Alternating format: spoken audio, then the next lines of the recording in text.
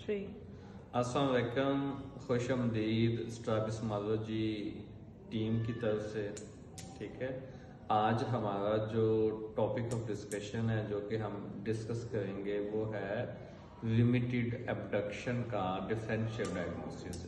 If the patient present to you with a limited abduction then what should be the possible diagnosis of that patient and what should come in your mind. So there should be four diagnoses that should be in your mind. First one is known as a sixth-nerve palsy. Second one, Doyne's retraction syndrome. Third one is known as a infantile esotropia. And fourth one is known as a medial wall fracture, or you can say a broad fracture. Patient आपके पास आ गया, आपको अब limited abduction मिल गई। अब आपने ये rule out कैसे करना है कि ये डायग्नोसिस क्या है। तो इन सारी चीजों को जो है वो हम वन बाय वन डिस्कस करेंगे। सबसे पहले हम डिस्कस कर लेते हैं इन्फेंटाइल एज़ोट्रोपिया की। जैसे हम प्रीवियस लेक्चर्स में डिस्कस कर चुके हैं, there is a cross fixation in infantile esotropia, and infantile esotropia had a pseudo limited abduction. That means कि infantile esotropia में कोई true limited abduction नहीं होती, क्योंकि उसकी फीचर्स में शामिल है कि infantile esotropia जो होता है, infantile esotropia में जो एंगल ऑफ डेविएशन है that is more than 30 prism dioptre. तो जब उसका एंगल ऑफ डेविएशन 45 या 50 प्रिज्म डॉप्टर होगा तो क्या होता है कि आइज ऐसे क्रॉस हो जाती है। तो जैसे हमें एक सूडो अपीयरेंस आती है कि patient had a limited abduction. अब उसकी सूडो है या ट्रू है, उसको रूल आउट करने के लिए हम क्या करते हैं, डायग्नोस्टिक ऑक्लूजन करते हैं। दैट मीन्स कि पेशेंट बैठा है तो आप उसके एक आंख को पैच कर देंगे 40 मिनट के लिए या 1 आवर के लिए। ठीक है, आपने पैच किया 40 मिनट या 1 आवर के लिए। पैच करने के बाद आई क्या हो गई, मूव हो गई आउटवर्ड। उसकी जो मोटिविटी थी वो लेटरल साइड पे या आउटवर्ड साइड पे आई मूव करना शुरू हो गई है। दैट मीन्स कि ये जो लिमिटेशन थी ये क्या थी, सूडो थी। तो हमारे 4 डायग्नोसिस में से जो इन्फेंटाइल एज़ोट्रोपिया था वो तो क्या हो गया, एक्सक्लूड हो गया। ठीक है, अब सेकंड हम बात कर लेते हैं उसको सिक्स-नर्व पाल्सी की। तो सिक्स-नर्व पाल्सी की जो है वो हिस्ट्री बहुत सिग्निफिकेंट है। आप पेशेंट से पूछें कोई अंडरलाइन कॉज तो नहीं है, लाइक पेशेंट को डायबिटीज हो, हाइपरटेंशन हो, कोई आरटी हो, रोड ट्रैफिक एक्सीडेंट हुआ हो, कोई मेनिंजाइटिस हो, एंसेफेलाइटिस हो, कोई अंडरलाइन कॉज हो, ठीक है, जिसकी वजह से जो है वो या उसको ग्रेडेनको सिंड्रोम हो। ये मैं बता रहा हूँ कि सिक्स-नर्व पाल्सी की बड़ी स्ट्रॉन्ग एसोसिएशन होती है ग्रेडेनको सिंड्रोम। ये आप गूगल कर सकते हैं या हमारी नेक्स्ट वीडियो का वेट कीजिएगा, हम उसमें डिटेल से बताएंगे ग्रेडेनको सिंड्रोम क्या होता है। तो उसमें भी क्या होता है कि जो आपका एंगल ऑफ डेविएशन होता है वो क्या होता है, ज्यादा होता है।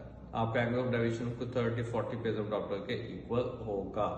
अगर आप पेशेंट को पैच करोगे तो पैच करने से भी उसकी जो मोटिलिटी है वो इंप्रूव नहीं होगी। हाँ, ये आप कह सकते हैं कि डक्शंस आर बेटर देन वर्जन्स। जब आप दोनों आंखों की मूवमेंट देखेंगे, वर्जन्स देखेंगे, तो उसमें आपको लिमिटेशन ज्यादा मिलेगी। जब आप सिंगल आई की मूवमेंट देखेंगे, the single eye movement is known as a duction. तो सिंगल आई मूवमेंट में उसकी जो एक्स्ट्रा ऑक्यूलर मोटिलिटी की जो रिस्ट्रिक्शन है वो कम मिलेगी। That means simply we can say ductions are better than versions in six-nerve palsy, and underlying cause like diabetes, hypertension, encephalitis, meningitis, RTA, road traffic accident are very significant in diagnosing the six-nerve palsy.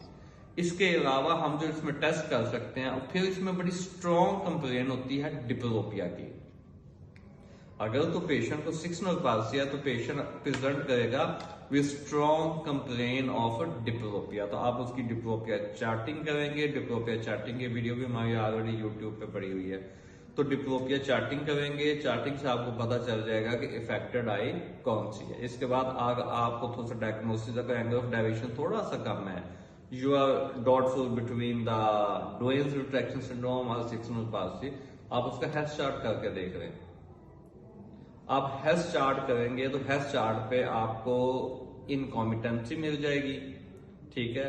Primary and secondary angle of deviation very करेगा, ठीक है, और large under actions and over actions मिलेंगे और आपको affected आई का पता चल जाएगा, ठीक है।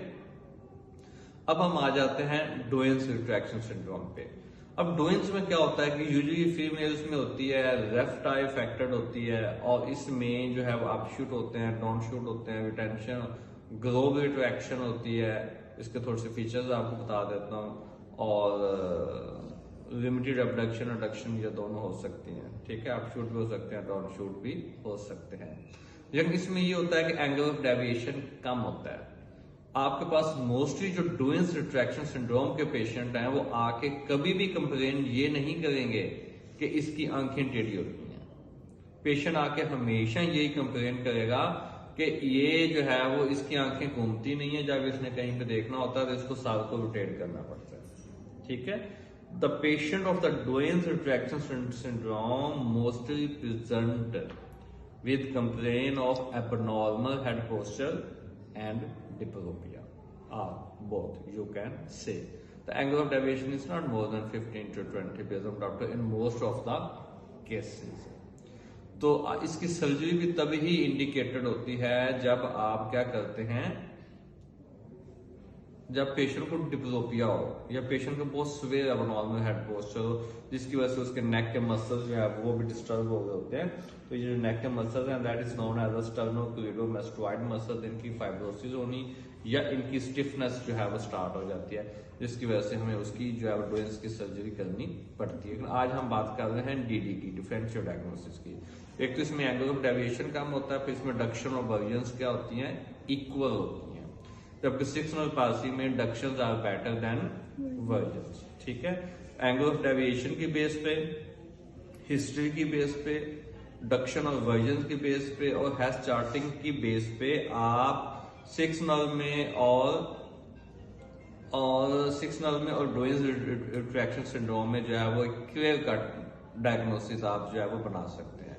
फिर हम बात चौथा हमारा डायग्नोसिस है वो था मीडियल वॉल फ्रैक्चर। अगर आपका कहीं पे बोन फ्रैक्चर है, मीडियल वॉल आपकी फ्रैक्चर है, आपको ब्रॉड फ्रैक्चर हो गया, ट्रॉमा हो गया, आपका मीडियल वेक्टर्स क्या हो गया, इंट्रैप हो गया, हमेशा याद रखें जो रिस्ट्रिक्शन होती है, mechanical restriction had I effect in opposite direction.